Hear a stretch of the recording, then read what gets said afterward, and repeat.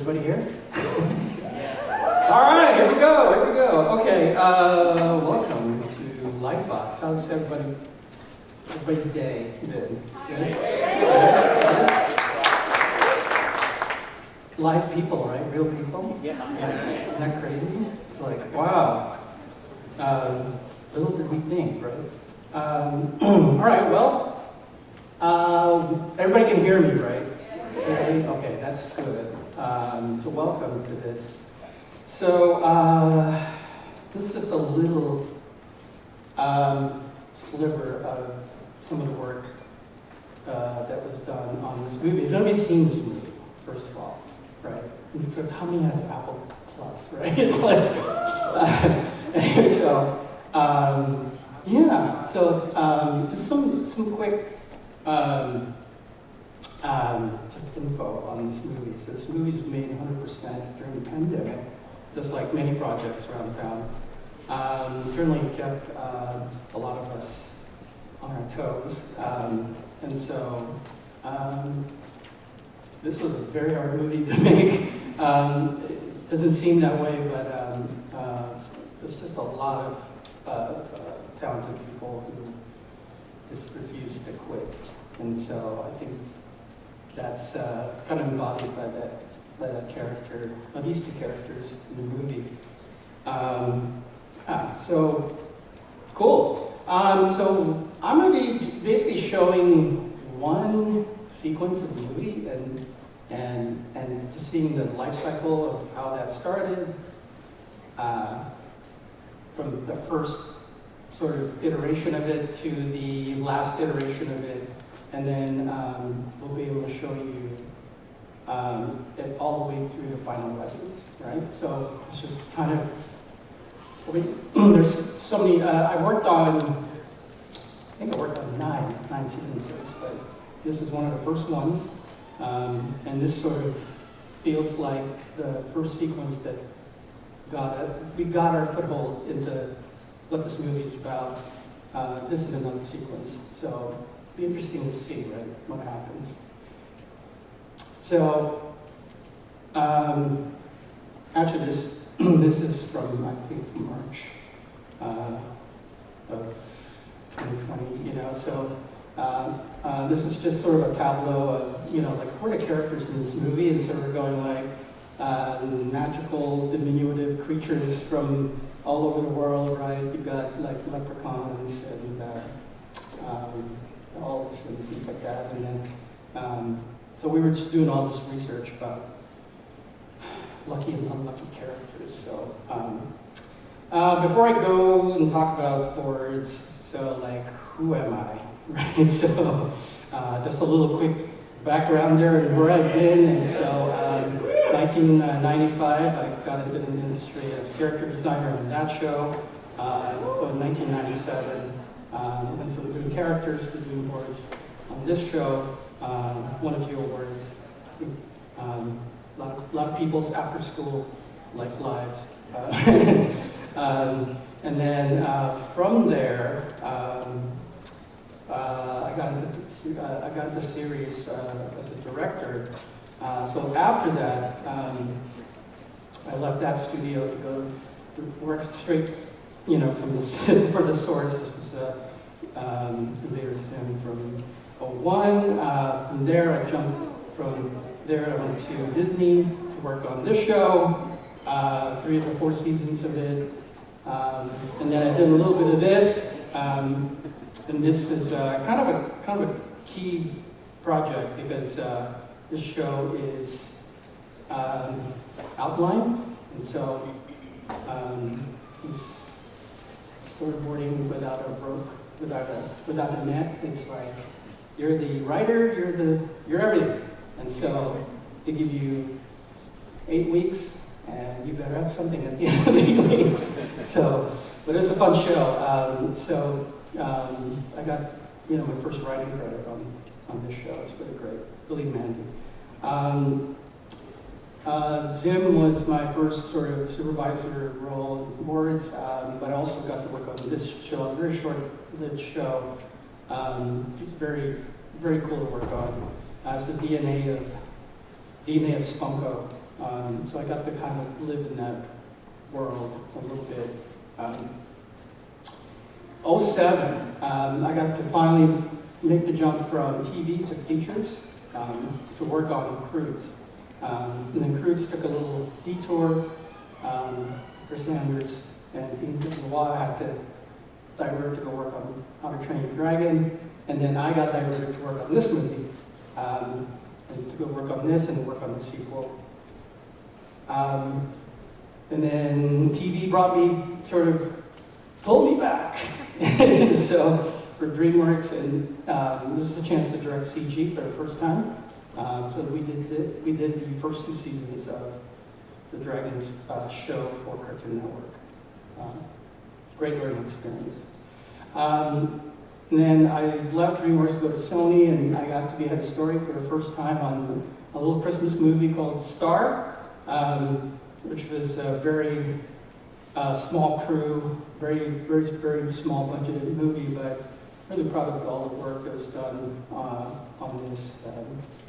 But while working on Star, there's this little movie that's also being made in the same lot. And for 1 month, I got to work on this film. So, needless to say, it's a game changer, groundbreaking movie. And so I was one of the first people to work on it, do some exploratory storyboarding, and it, I think, helped them out, getting them up on their feet. So I went from Sony to go to Disney, go back, my 3rd stint there, now working for them on features, to work on this film. I wanted to work on musicals to see what that was like, and so why not this, right? So I was 17. So that brings me to where I am right now over at Skydance. So I joined them in 2019, brand new studio, and so the first thing I got to work on was this movie. Which was going through some changes. There was a reset on this film, new personnel, new director, and so we had to sort of hit the ground running. And so it was saying like, well, let's just kind of hold hands and see what we can make, right? But the reset of this. In sort of January of 2020, so this is a few months before the lockdowns, right? Just reconstituting the story to be about 2 characters, which is the character of Samantha and the character of Bob, the cat. So that's all we knew. So it was imperative to land the core duo of characters, especially the cat. It's like, okay, well, there's a cat in the movie. And the cat is Lucky. By the way, spoilers. So he's a black magical cat, and normally they are unlucky. But if you happen to be from Scotland, in Scotland they deem that black cats are super lucky. So he has a Scottish accent. It's played by Simon Pegg. So a lot of it was we had some rough character designs. So a lot of us. Working in boards early on was just like, okay, well, we're trying to get a feel and get a foothold into trying to find the appeal of these characters. And so we got this character, Hazel, who is, by and large, Samantha's sort of little sister, might as well be in the story. And so that duo is really sort of a triangle. And so a lot of it is just, find it in the drawings. We're looking for appeal as we sort of craft these characters. Who are they, right? So Samantha is a character that's aging out of the foster care system, and then what does that feel like, right? And then she has this little girl that she feels very responsible for. And then there's this sort of magical cat, right? So that's what we kind of know. Sorry. Go back here. Family members.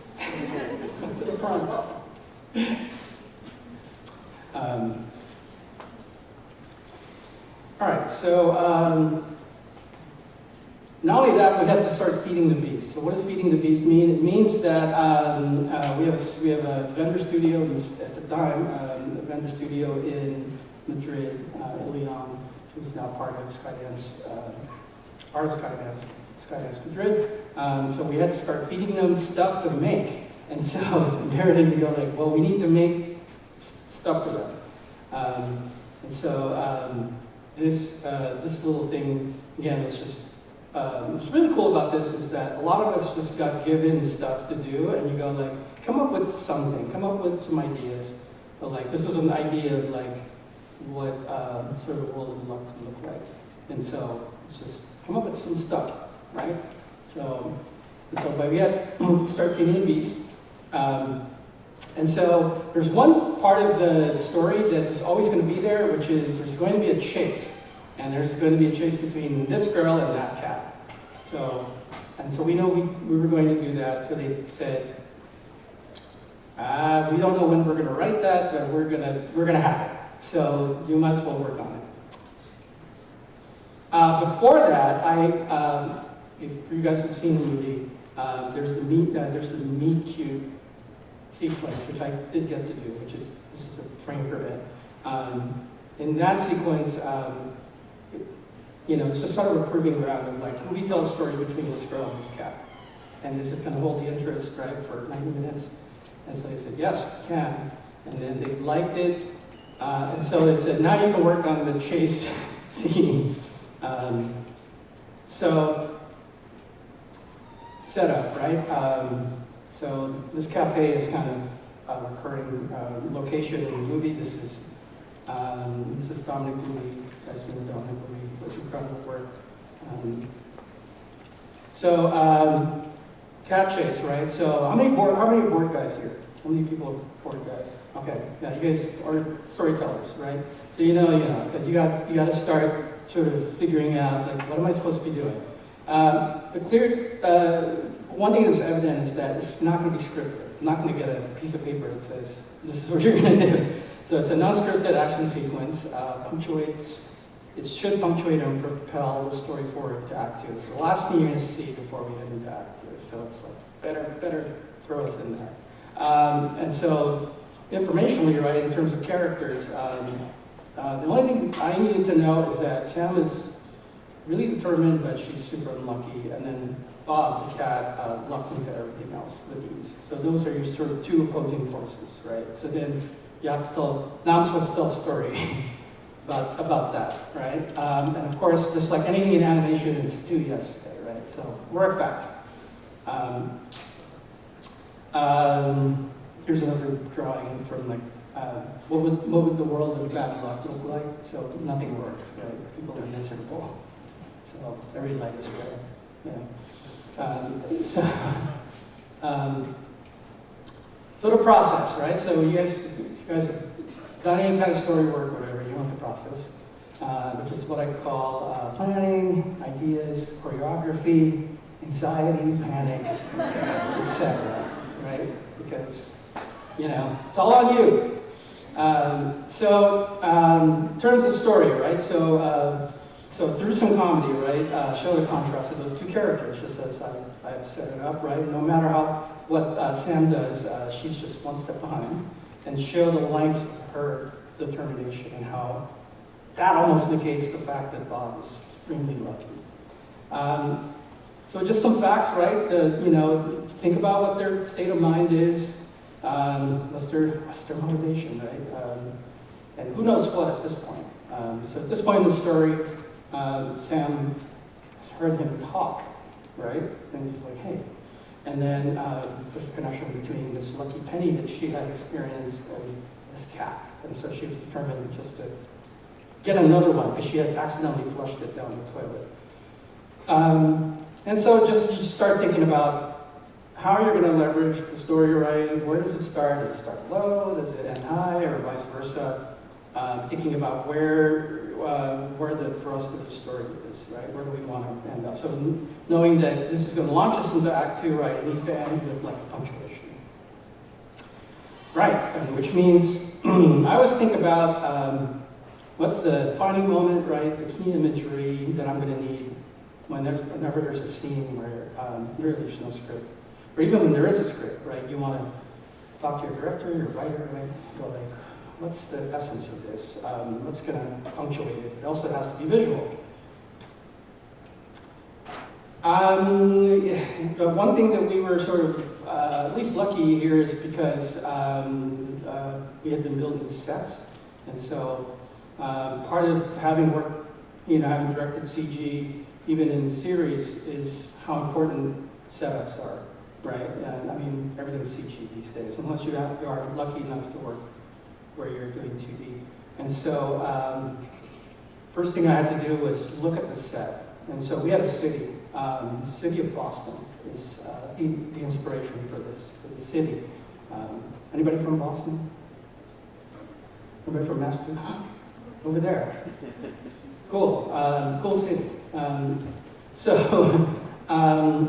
So to do some scouting, and so these are some scouting and some sets created by John Clark, who was at the time our head of previs. And so, yeah, you're going to invent, it's an open canvas, but then one of the cool aspects of CG is that you could actually really think of it as sort of live action. Think of these places as a real place. And that, but you have some leeway, right? You have some malleability to sort of kind of bend the rules a little bit. Just looking at this and visiting the set with John, I remember going around it and going like, what are the places that I can stage and I can actually create a choreography for the most part, right? So I was interested in knowing where it starts. So in that little corner, that little sort of like flat iron kind of corner, and then I was interested in this little park, this open space. And so I knew that I was going to take at least the action from the beginning to that location and then beyond, right? And so a lot of it was just, in a way, you're already kind of making it at this point, because I'm asking it for specific shots. I say, I want the camera to be this high, I want this angle. So this is where it starts, right there. And so we knew that, and so I said, I want to see what I'm seeing, what am I seeing going that way, right? And then what's further down the corner? Oh, there's a crosswalk, great. I want that shot, right? And then there's an intersection right there, right in front of it. I go, okay, well that's cool. And then further down to get to that part, so it was just a straight shot. So it's like really you're walking down the city, which is great. You could do these things so easily now. You could even do it in SketchUp, right? You can create these things. Again, not necessary, but like whenever you get it, as long as you understand like where you're going and where your choreography is, it's pretty additive. Here's a more rendered shot of that plaza, that park. I knew I'm going to need a shot like this where I could see in there, because in the level of, and I wanted to keep the camera low because this is a cap, right? I wanted a shot inside, and so I'm starting to string these along, and you kind of get a sense already that it's already starting to kind of weave itself. And so that made the time compression in this a little better. I wanted a tree because I wanted a tree thing where I said, can I get the cap to go in the tree, and I can put a camera in there? I'm like, yeah, we do whatever you want. Okay, right, great. So I needed that shot of the tree. I needed to look down on the tree, right, if I'm the cat.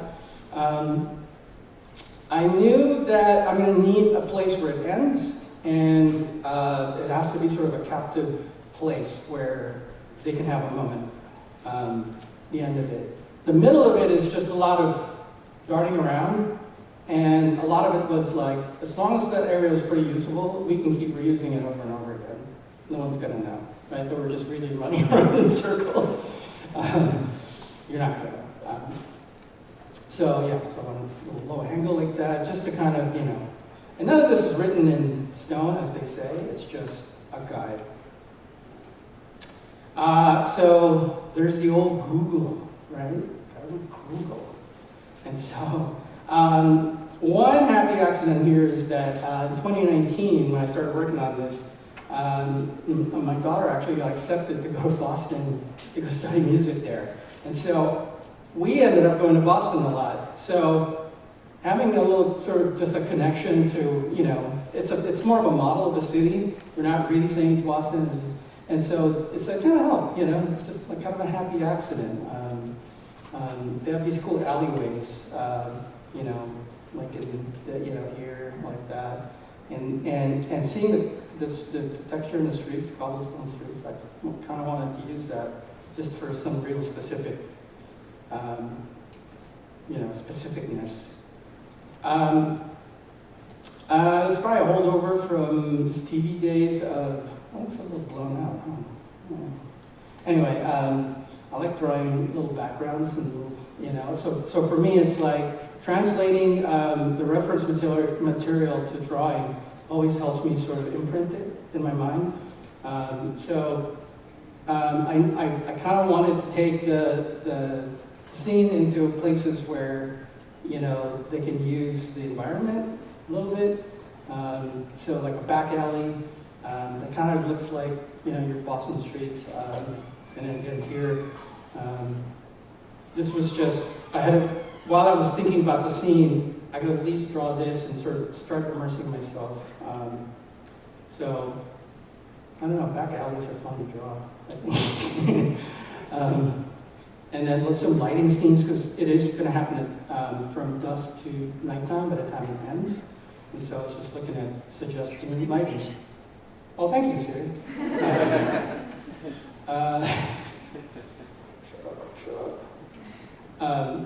All right, so anyone who's ever started a scene like this, right? This is how you feel in day one. You're going like, yeah, man, I'm gonna knock it out. So this is me at day 3, right? I'm going like, yeah, you know, here I am working hard, making a movie in my head, right?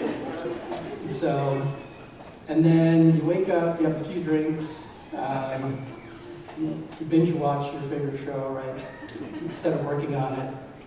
And then, yeah, that's you, day 4.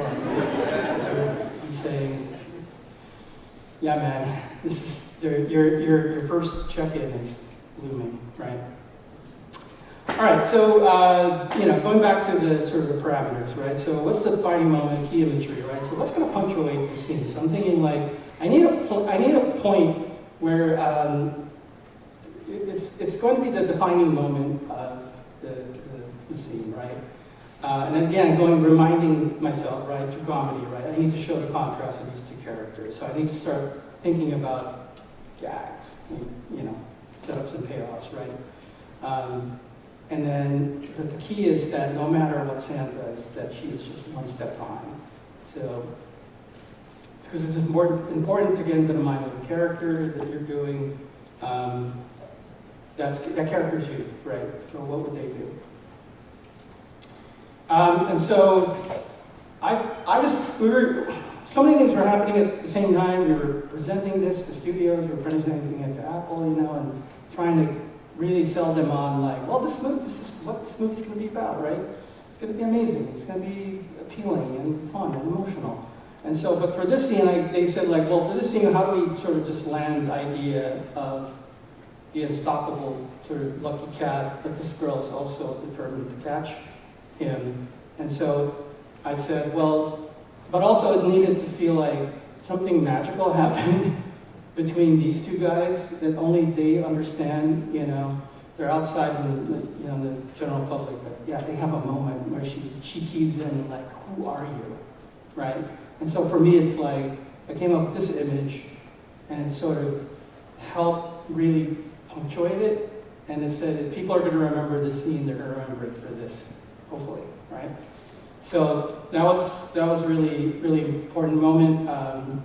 This landed with creative, you know, and so at least that felt like I'm on the right track. Here's another sort of setup scene from the early days of just knowing that she's going to put on the leprechaun disguise. All right, so research, drawing prep. One of the things that came to mind was, this is Buster Keaton, right? And so, and the guy's a visionary sort of genius, right? And so if you think about in a visual sense, what this guy pioneered is pretty astounding, even to this day, right? The clarity of the story, these are wordless, and to understand that how he stages these things, leading you one way only to go the other, the physicality of it, and how everything clearly reads, intention and payoff, of entertainment, right? Of the character is not lost, even though there's a lot of running around, because action can just tend to be sometimes about running around, and then you lose characters, right? So it was like, let's go watch a bunch of this, because I think this is a good way to, as a sort of a basis, right, for doing a scene like this, and because it's got to be entertaining too. Yes, I can watch this for hours. It's just genius, and this is, 1930s. It's like unbelievable, and the timing of that, and how that's done, and guys like Jackie Chan were inspired by this. Yeah, so it's visual, fun, physical, clear. Clarity is really hard in action, and they're going to give you that precious amount of screen time, right? And so you just want to know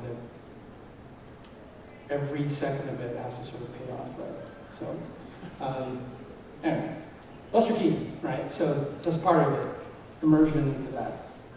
So excuse to watch cat videos, right? So I go like, all right, I can watch as many cat videos as I want. What cat memes, because I'm working with the cat. That's my personal favorite right there. I don't know if that's a real thing, but it's so unsettling, right, to see that. It's a mutant cat.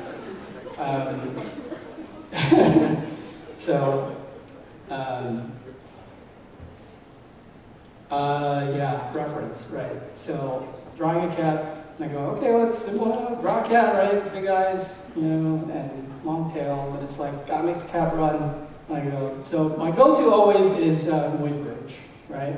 Everybody know what Muybridge is, right? Okay, anybody have this book? It's the one book you should have, by the way. Animals in Motion by Muybridge. I still use it. I have my copy from 1996. That's one of my first things that I bought when I got paid, and I still have it. And I think that'll be the last book. I'll probably be buried with that book. Hang on. It's just so great, because like just a guy over 100 years ago, who said, I'm going to go use film animals, many different species, and use a tripwire, because he's using early film cameras, and it's like, nobody would even attempt to do this today with like a phone, right? But he did it. So anyway, looking at this, this is always my, Google's there, obviously, and this stuff's there. But looking at it from that book of seeing,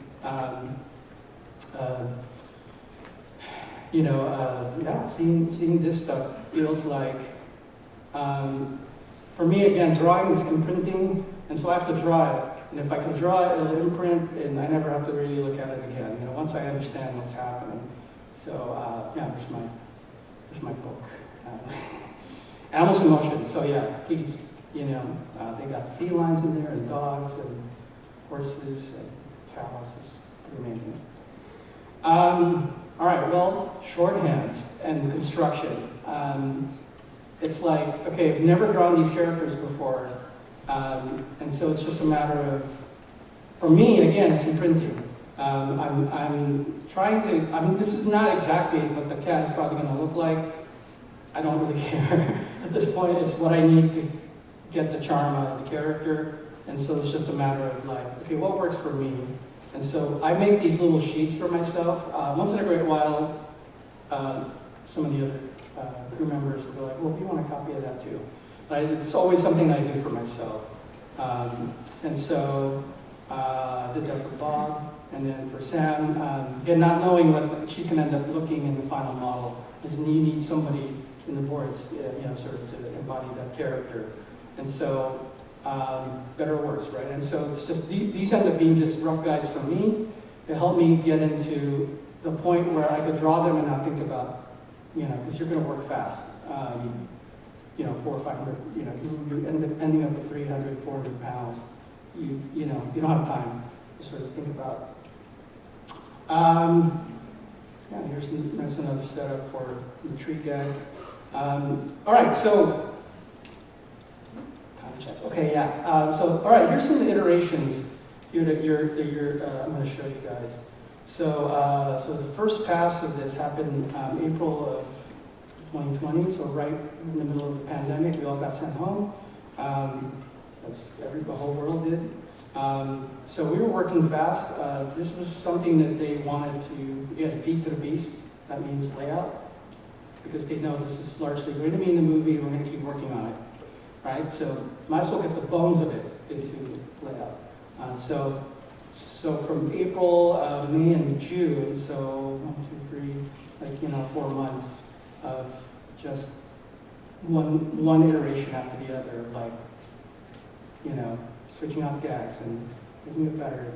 So and that so there's a couple of sort of polished things all the way to the lock of it right around January and May of 2021. So that's like almost a year, and so that's how long these things get worked on. Now, I'm actually off that sequence. Somebody else is already working on it, right?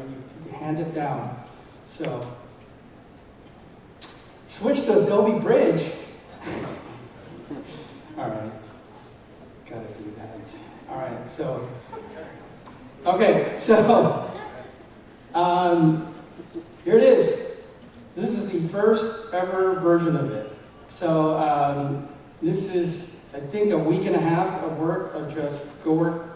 I think I asked for a little bit more time to do some of the research stuff, run things by them. I was like, okay, I'm just going to go for it.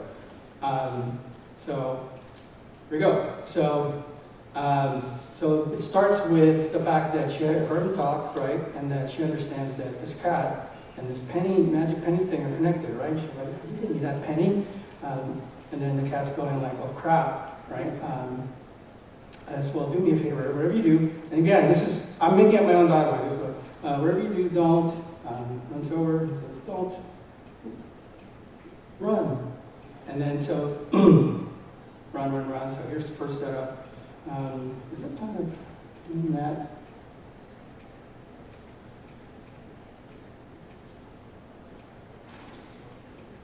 My computer is not good enough. Anyway, so we'll just go through it real quick. All right, so she bumps to that lady, right? So now you're seeing all the little camera setups, right? And suddenly like, okay, like he almost gets run over, run. So we need that intersection, so we need the cars to sort of just go, almost gets run over, and she's going to say, I'm sorry. So she's always apologizing. Run. Cat looks back, right? She's calling to him like, hey, please, I'm not going to hurt you. Walks by, and then we get the first idea that, oh, hey, lady finds $1, right, whatever, and then she bumps into him, and there goes the dollar. So that's lucky and unlucky, right? So here comes Cat. We're going through that, going through the little gate, right? So I knew I wanted that shot, so good.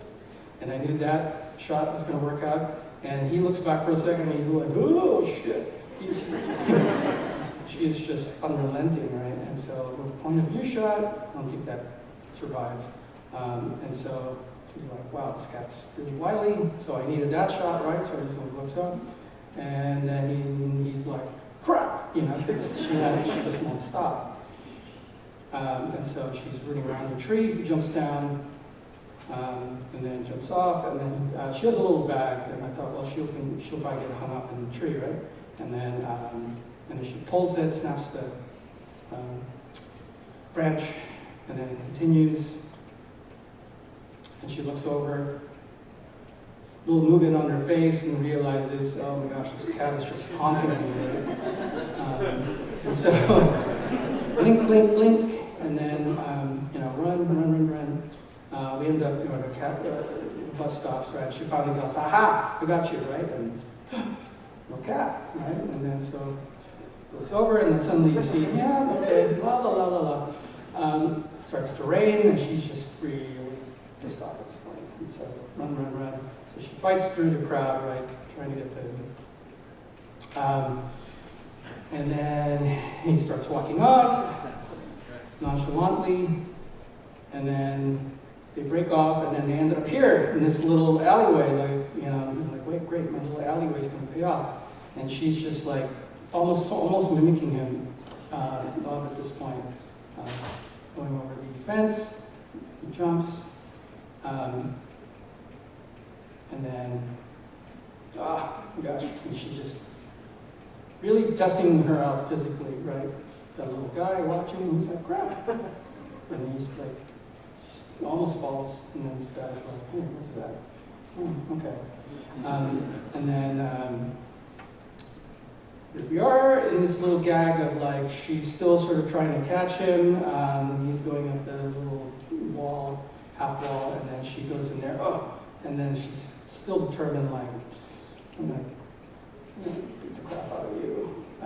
And so it starts to get higher, and then of course, la la la, he's just sort of like, you can walk on that rope, and then suddenly you're like, is this crazy? Am I really gonna do this? And so like, well, here we go. A little tightrope, but obviously, she falls, So here's the end, right? So suddenly, like, she just comes out of nowhere, and she's covered in all this junk, and she's like, and then he sort of like just looks, listen, you keep running, I keep running. Your move. And so a little standoff right here, like what's he gonna do? Just blinks at her, and then she's kind of like anticipating something, raises his paw, and here's this magic keyboard, click, click, click, click, click. And he's like, what the hell? And then a portal opens, and then she's like, what the F, right? And so a little last minute decision, what do I do? So she jumps in and follows him. That's the end of Kansas Stack 2, right? I'm not going to full screen it. That's the first iteration of it, of like better or worse, right? But the cool aspect of this is that we're trying to make I'm trying to make an analogy here. Trying to make soup, and you want a base for your soup. There's enough there of a base to work off of, because it's like, well, we like this gag. This guy wasn't there enough. You're like, okay, great, iteration, right? That's the name of the game. Let me see if I do this. Yeah, I won't do it anyway.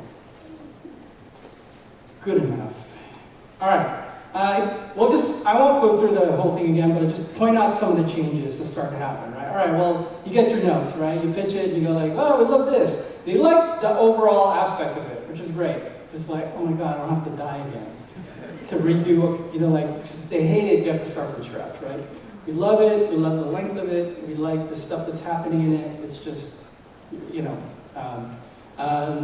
not sure about her being super athletic, we don't know yet. Right, and so I'll blow through these. All right, so this starts out the same. And so this still happens. She still crashes into the lady and says sorry. Now new gag, I think, right? So some new gag. No, not yet. So this is still the same.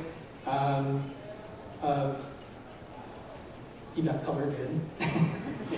So you have more time. Oh, here's a new gag. This guy's grocery bag rips open, and then there's this soup can that she trips over right there. And it's suddenly like, okay, well that's, he says, well, we need more stuff or she's bad luck, right? And so we still have this, which is, the dollar gag, $20 gag, which is always gets a laugh. This was fine. Let's go through all this. Tree gag still works. Even I don't remember what changed here. And then here, this is still the same. Yeah, and I'm still, and I'm thinking at this point like, oh hey, it's not a lot of notes. This might actually sail through. And so I think one of the things that was happening was like, okay, well, can we have more of a meal of this umbrella gag of how it happens and sort of, and I said, okay, and I think that's in the next pass. So it still happens, right? Run. And then, oh yeah, they didn't believe that she would tiptoe through the, the fences and all that, so she's like, okay, well then she'll just run alongside them, right? And that's right here, that still happens. And she runs and we still get this gag. And then now we have this sort of little face-off of like, and then she actually tries to sort of grab him at that point. And then she ends up here, and then she climbs.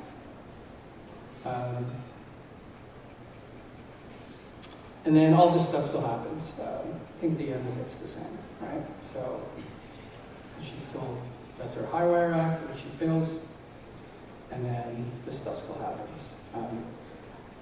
And there's now a debate here, that's not how I remember this, about whether he would actually do this in front of her, because it seems like, well, I like this because it shows that he knows that there's no way this girl ever can catch me, right? That so here's the audacity of like, I'm magic and you're not, right? and so this it always works for me, even watching it now. So but they go like, well, she should fail and then stumble onto him, and then he doesn't know that she stumbled onto him, right? So that's the end of that second pass.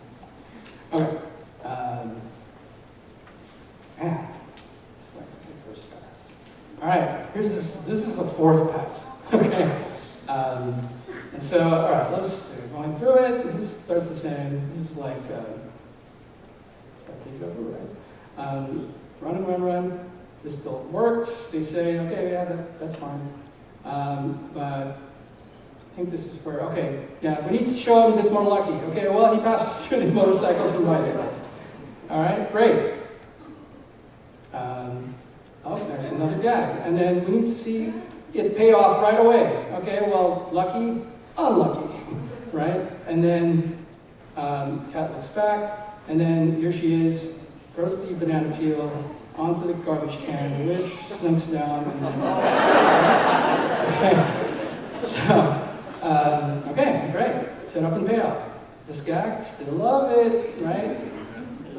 That's, now there's this whole sort of like, the cat shouldn't be trying. He shouldn't be trying anything, and he just lucks into it.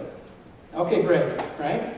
Gum, right? And so, even here, I think we had gags where she had gum in her hands, and she ended up with like leaves in her hands, stuck to her hands. And now it's like, okay, yeah, he's just nonchalantly, like, just really like, lucking into everything. And so we added the lawnmower gag, and then this still happens. So you see a lot of stuff's, the same, right? And so now I think here's this new thing of like, again, he shouldn't be trying. He comes to the top of this awning, and then he just jumps into the box, right? Of like the timing of that, and then she ends up, now she just gets hooked into that branch. And then they like the idea that she's just relentless, and so, she just literally runs up the branch, right? And there's this gag of Bob now coming off the suitcase, and then really punctuating the fact that he's not trying, right? And then we have this gag now where she gets grabbed by the tow truck, who's like, hey, we need bigger stakes. So she just leaves her bag at that point, and then, right? And he's not there. I had this where he's just like exhausted the bus, right? Just to, like, you gotta make it hard on Sam. And so here's now sort of now explaining how this happens, which is in this version, this lady's raising up her umbrella, and then it catches his collar, right? And that's how lucky he is, and that's how he ends up in the umbrella. And so we just needed to know what happened there. Like, great. And then she's like, oh yeah?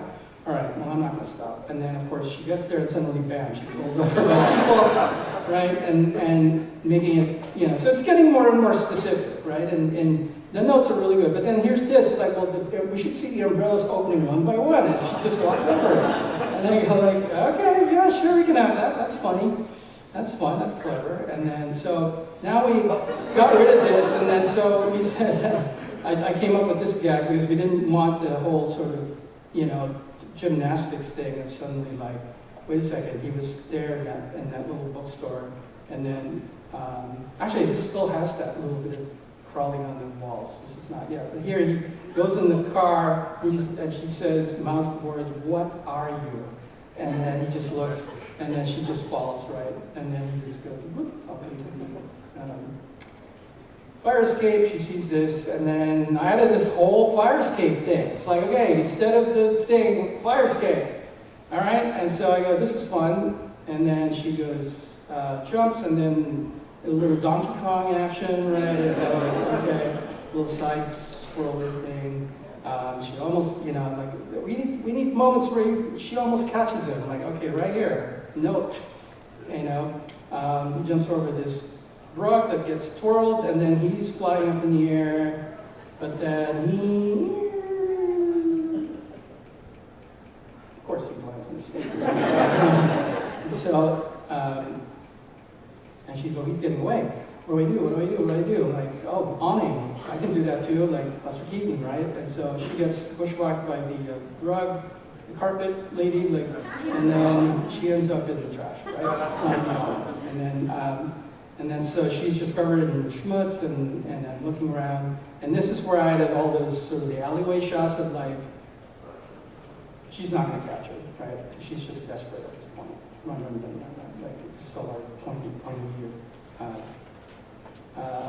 So she just kind of gives up, but then she's paid off by the fact that he is there and he is typing, right, on his little keyboard, his magic keyboard, and then the portal opens up, he jumps in. I like the other guy better, but anyway. So she runs up, and then she jumps in, right? Okay, great, cool. More stuff. Okay, what is this? This is now January of 2024. I think I don't know if I'm still working on this at this point. But anyway, all right. New guy, look at this. Cat rocks, almost knocks over the thing. He's like, hey, great. And then, of course, she knocks over it. And you're going, oh, wait. But then this guy comes out of nowhere and then, like, just knocks it over, crash. He still runs over under the wheels of the car. Now we have this new banana guy, I think. This lady sort of drops the banana peel. Of course, she stops and is like, oh, I'm not going to fall for that. But then there's this sort of plate of glass gag. And then suddenly we still have this, the basketball shot with the guy slipping on the banana peel, which is, we still love that.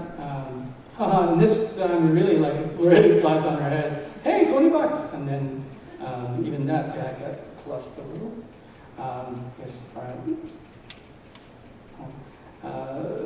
All of this stuff still happens. Yeah, now a lot of stuff is staying, which is great. It's like, oh man. Yeah, you gotta have the color green to the grass, right? Oh, here's some of the stuff where she had gum in her hand, I think. And I think we ended up removing that later. So that's expensive. Anyway, so here's the thing where this guy is supposed to say, okay, yeah, now it's a FedEx guy with a cart, right? And he just sort of lucks into the little cart of boxes, and then suddenly, whoop, crash. And then here's where she still has the thing, the branch, but then she gets stopped by the railings, and then she looks, and now we really see him like below, like, and then, sorry, it's flashing, guys. It's my computer. Anyway, we still have this guy, but now we have this, which is I like, which is she's really pissed off, and then he's just sort of like looking, you know, like. Then she stop sign, and then he hits the brakes, and then she still goes over there. He's still not there. All this is the same. I'm going to keep going forward. I think, yeah, that still happens. And now we see this. Love that. That's going to stay. This, really sell this a little bit of like, huh. And then he really loves by looking at her, right? And then, but then now, oh crap, we lost that whole back sequence. He should be trapped here for a second. And then so she goes in.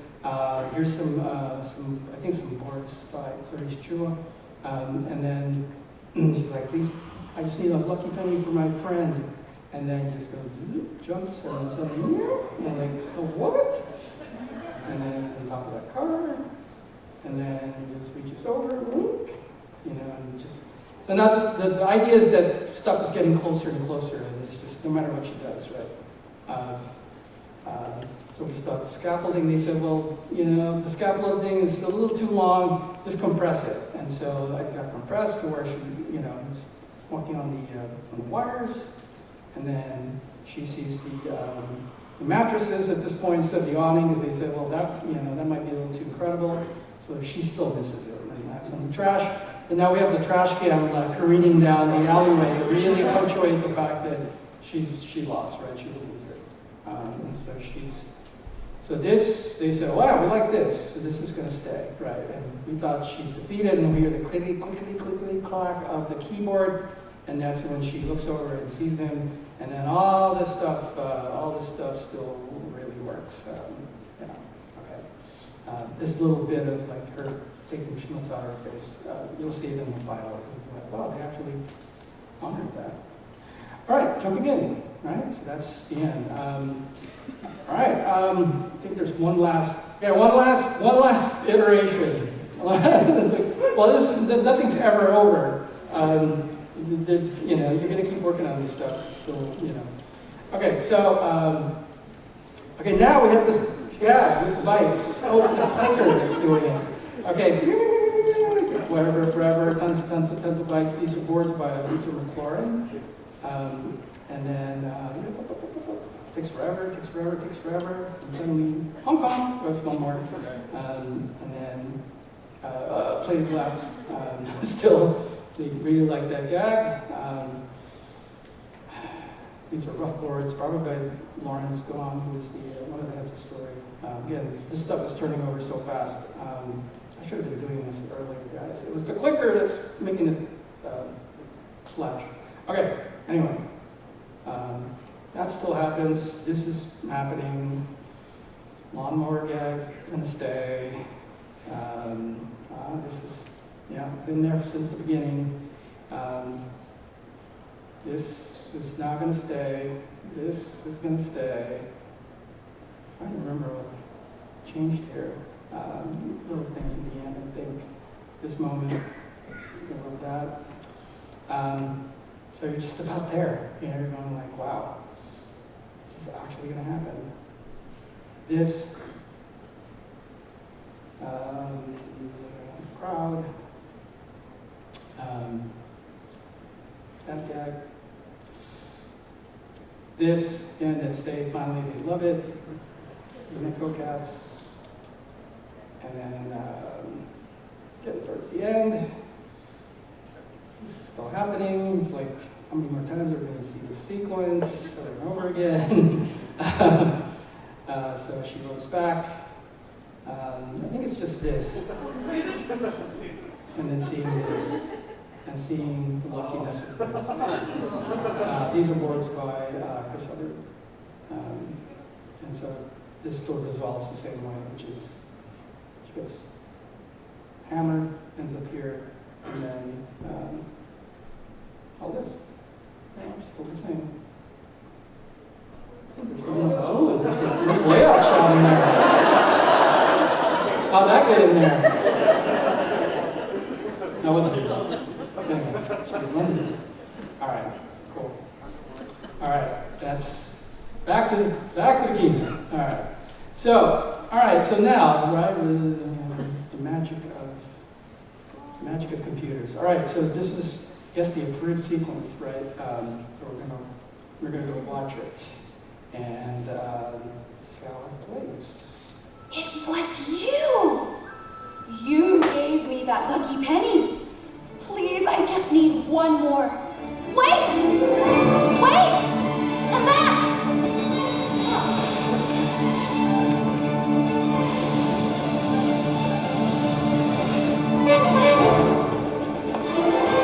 Notice they lost the glass gag, big glass gag. Gum bag is still there. This is there.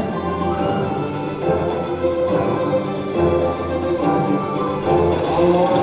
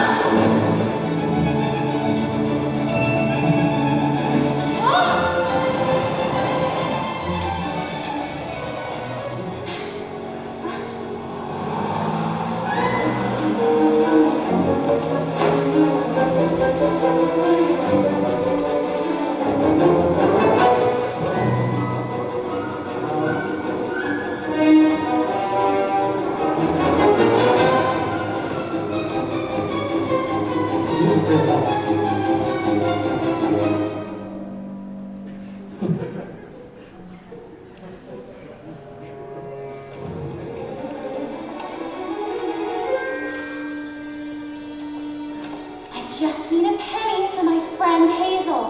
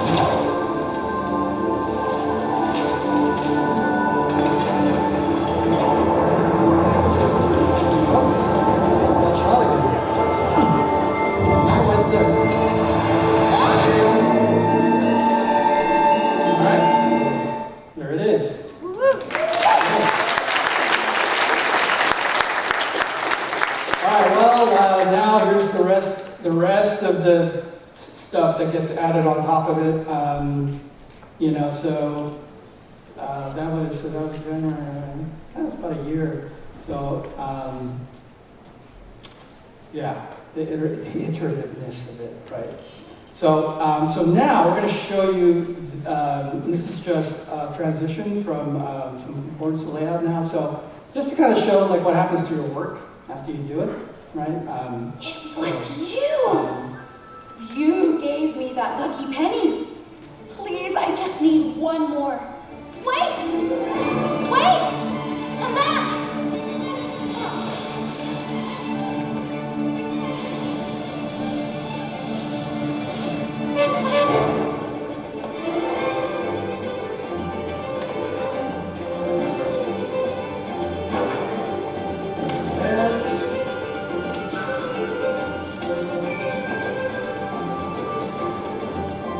This is where you can see where some of the scouting really helped, because those shots did, I mean, for the most part.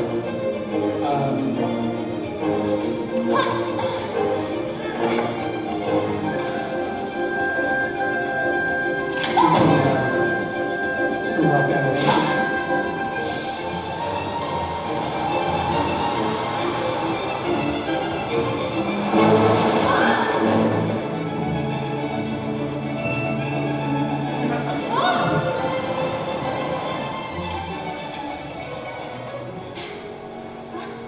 We lost the exhaust gag, but it's pretty expensive.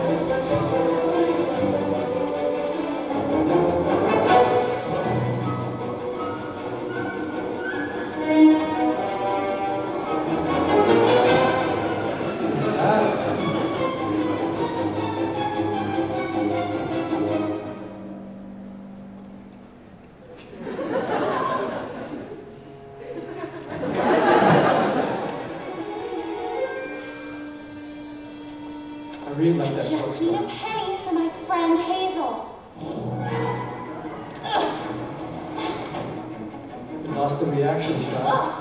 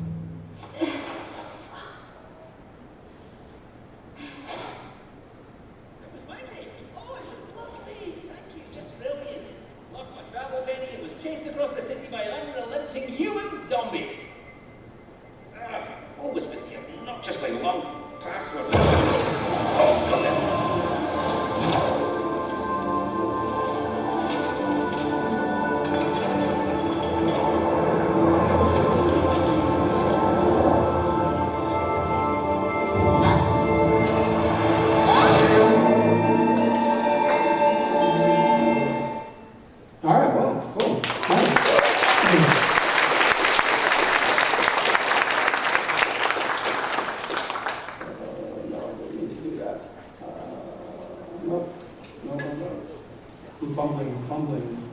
All right, well, you guys want to see it one more time. All right, here we go. Final lit and rendered sequence. This is the end of the line. So what started out as just a bunch of gags, right? So here you go. Finally. You! Let's watch it one more You time. gave me that lucky penny. Please, I just need one more. Wait! Wait! Come back!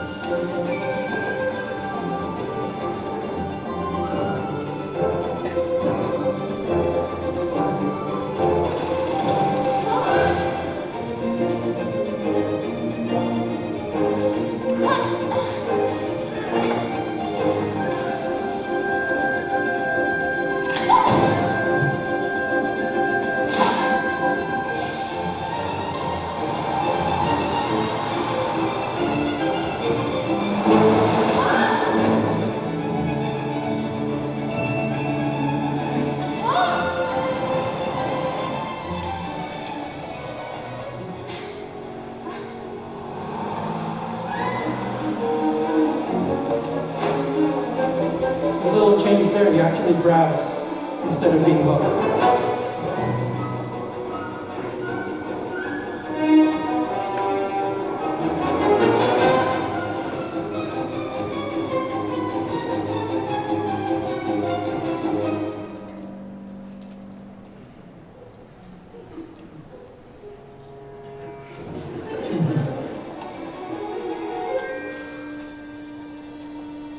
I just need a penny for my friend Hazel.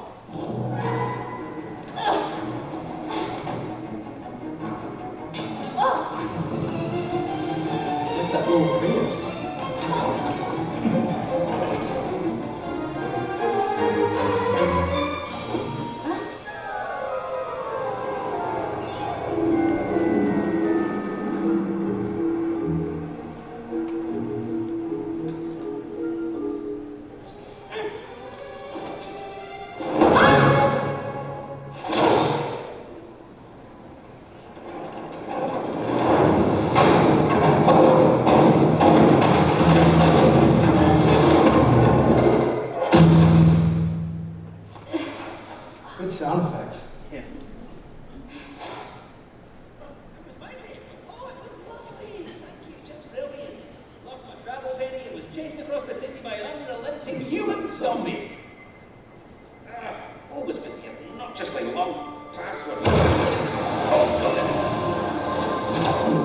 Love this thing, the brief light that are here, right? That got carried through. That was in the boards.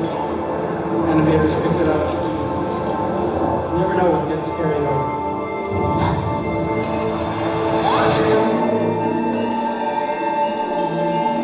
All right, printed. That's it.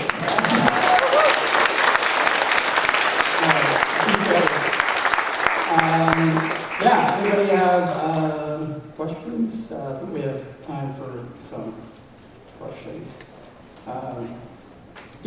Thanks to all these people in the credits. Because your sequence gets worked on by other people, and then our director Peggy Holmes, who was just incredibly generous, give everybody really a lot of stuff, a lot of leeway. Let's see. I'll just randomly start pointing to people. I'll start with you. We have a microphone, so everybody can hear it. Okay, here we go. Thank you for coming out here today, first of all. I wanted to ask, do you have any tips for pitching your boards to registration? Say that again. Do you have any tips for pitching your boards? Oh, do I need tips for pitching boards? Like, just in terms of physically pitching boards, or like, how do you mean? Yeah, just to see how you're doing Well, it's just, I'm thinking LightBox. It's just practice. If you have a group of friends that you trust, you pitch to them. In a work situation, you pitch to your colleagues. You should. It's like part of it is like, what do you think of this? And then pitching to a big room like this. You just have to do it. I know it's just practice. Like, and after a while, you kind of know what you need to do to like psych yourself up, or prepare. But I think practicing your pitch is the most important aspect of it. Yeah. So it's just getting repetitive. So I'll go to you. Okay. Yes, sir. Hi, Louie. Thank you so much for coming out and having an inspirational talk. Oh, sure. Because you have to do multiple revisions of your boards many times, how do you keep getting inspired by your own work and not lose inspiration and not being burnt out and tired? Oh, yeah. How do you not get burned out is the question. Just doing it over and over again. That's tough. You just gotta have the ability to push the reset button and just, I usually give myself a day after I get like a lot of notes and just go like, okay, whatever.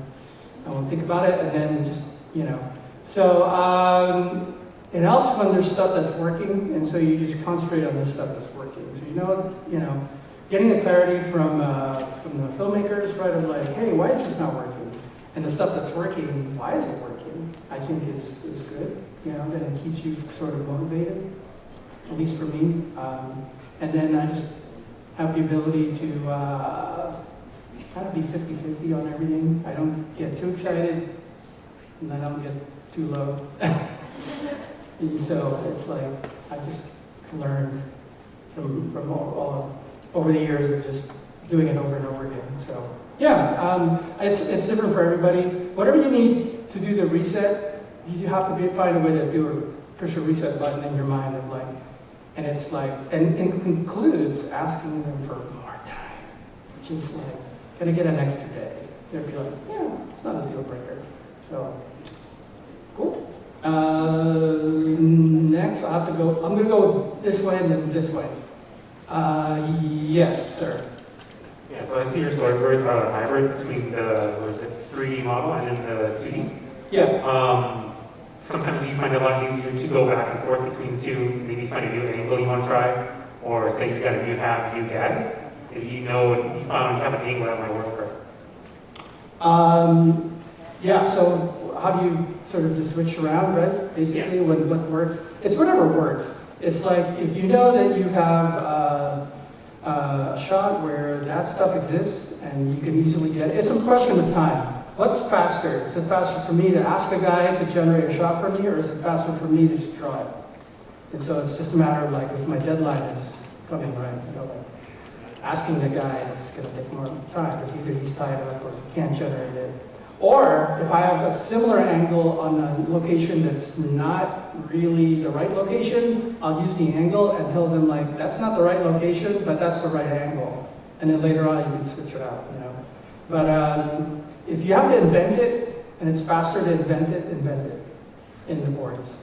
Don't get bogged down by, it's easy to get bogged down by minutia, you know. So, I don't know, hopefully that answers your question. I'm going to go make sure I get a good sampling of everybody here. Yes? So I have two questions. What program do you usually use when you storyboard? This one is just plain old Photoshop. Just Photoshop? Yeah. So it's just through a program called Flinks.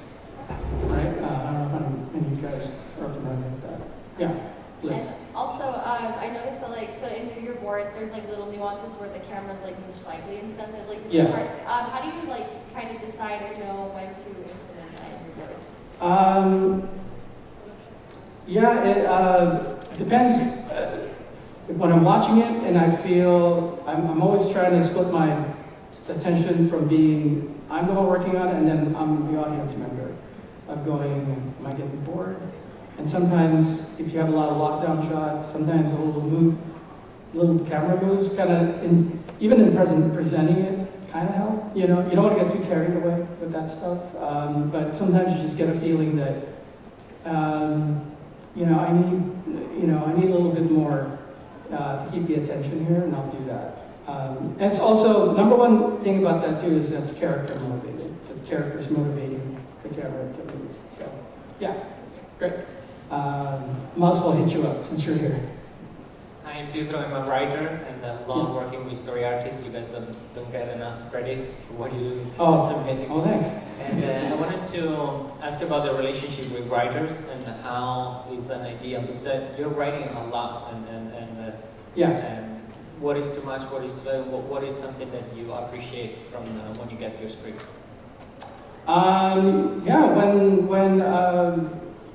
When the writer, you're in the room with the writers, and then, at least for me, the best situation is that they're asking us for ideas, and then we're asking them for ideas. So it's like, especially in terms of dialogue and what the characters are going to say, like, I'm thinking maybe he's going to say this or not. And so, and then also saying like, try something, and then we'll work it in. Or sometimes the writer will just say, we're so far behind what you're working on, go put something down and then we'll work on it. It's sort of the trust. It's a trust thing, as you probably experienced. You have to trust each other. You have to trust that when they write something on the page, and then they worked on it with the director, with the producers, right, with the creators, that you're going to make that work. And you're not going to try to, change it. But also, if you feel strongly about changing something, that you can talk to them and they'll let you try something. So it's a two-way street. So awesome. Thank you. Yeah, great. I'm going to go over there. Let's see. Get my steps in. Yeah. All right. I'll go to you. Thank you so much. That was really great. Oh, great. Yeah. So my question is, why and how do you decide the time of day? So I noticed that it gets pretty dark over the end. So was that a decision? Yeah, that was I think early on, because that's one of the things you ask, like, what's the time of day, right? And I think that was it was predetermined. Right. And so it doesn't figure in the beginning when you're thinking of it. It doesn't figure in the way you're going to shoot it. It does a little bit, because sometimes I like to play around with the lighting of it sometimes too to create some kind of mood. So it does. It helps. So again, if you're the first person to work on it, sometimes you even get to decide. Hey, maybe this happens at night. So yeah, cool. And then there's somebody else here in this section. No. Okay. Here, back to the middle, front. Hi, my name is Phil. Yeah. What are some practices to keep yourself in good shape or healthy? Because you're doing hours, I'm sure, for passes. And for someone and people who want to do this as a career, how are you taking care of yourself? Are you snacking constantly? What I mean? Like, Yeah, whatever you need. I don't know, cigars, bourbon, coffee. You take breaks every so often. Yeah. It's after a while you get to know the amount of work that you can in a spurt. Okay, I know I can. Like this is I think about a 400, almost a 500 panel sequence, right? Got a lot of stuff going on in it. So like now if you know that you can output 80 panels a day, let's just say I can do 80, right? It just becomes math after a while. When's my deadline? How many panels? Can I binge watch a show tonight and not work on it? Or and go like, okay, then it becomes a simple math of like, I need to churn and burn tonight to make up my deadline. Or you might be okay, so it all depends on just the management of it, and you get to know yourself a little better. So are you a multitasker? Like you can listen to music while you're... No, I listen to nothing. Okay. So if I'm making it, you can't get... I don't people that watching YouTube or like, I can't do that. So everything's off. I don't listen to anything. Oddly enough, I do wear headphones, but there's nothing coming in there. It's just, I don't know why. I just got used to it. I like the idea of my ears are sort of semi-plugged. Keeps me like, so yeah. But that's a one thing from, you guys know who Richard Williams is, right? But that's the first thing when I took his class, he said, please unplug. Your brain can only really concentrate on one thing. And so it's true. So, but hey, whatever works for you guys, right? So, no wrong answer. I'll come to you, and then we'll go to you, and then if we have time, we'll go to you, and then we're done. Okay, go. Thank you. So in this sequence, you had a lot of things that you needed to balance, like gags, you have rising action, and you have notes that you're trying to follow. Yeah. Especially at later stages, as things become more interdependent in the sequence, how do you prioritize and decide what you kind of need to protect and what you need changed as things go on? That's a good question. It's like, how do you pick your battles, right? Obviously you've seen there's stuff that was in the first pass, it's no longer in the last pass, but there's stuff that got kept, right? And so you're ultimately serving the show. And so sometimes that means you gotta let some of that stuff go. And then you go like, but then there's stuff that you feel really strongly about. And I think, I think in this, I think this umbrella thing felt right to me, and I said, this is the way we should go, and I felt really strongly about it. And they're like, yeah, okay, yeah, it's gonna be there. So, and then there's certain decisions in the end that just happen because there's many things. There's time, money, creative decisions and all that. That's just bigger than you, and then you go like, okay. So, but yeah, it's always a constant balance. If you love it and you can defend it, go fight it till the end. And if you lose, you lose. So yeah. Yes. Oh. Hi. So I did notice something. I noticed that in all of the storyboards, her hair was long, and then at the part of the layout and the ending, they had shortened it. Yeah. I was wondering, I know storyboards have to, communicate closely with the visual development artist, but when a change happens so late in the storyboarding process, how do you decide on what changes the storyboards or what do you keep the same? Depends on what happens first. So if in this case, the model was constantly being revised, and so boards don't wait for that. And so you just keep going with the way you're and no one, there's I don't know how many of us worked on it, but we don't draw that character the same way twice. But that's really not your concern. It's like, in the end, you know, once it gets to layout, you hate to feel like that's their problem. It's like, that's their problem. So whatever comes first, you know. But if you happen to work on a place where suddenly you have the time to switch that out, that's their choice to do. In which case, yeah, maybe. Right? So cool. I'm gonna reach over here, and then last question.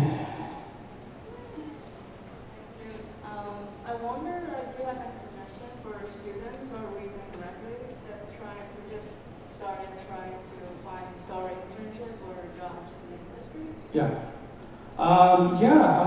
I'd say just like anything, just keep trying. I know it's all about timing, the right timing and sort of the right situation. But it's all about the work still. It's like it's still all about the portfolio and the kinds of, you know, what kind of storyteller you are. Are you sort of, what's the appeal in your work? You know, that's still going to come through. So you still work on that stuff. And then as far as getting your foot in the door and getting internships or even junior story positions, that changes so much. But that's just a matter of, when you hear about it, try, you know, and keep trying. And so, but really it's all, but also keep your work current and make sure that your work's always getting better. Really, this, you know, if your stuff's good, you're gonna work. That's just, you know, it's just a matter of getting seen. So, anyway, that's good. That's a wrap. All right, cool.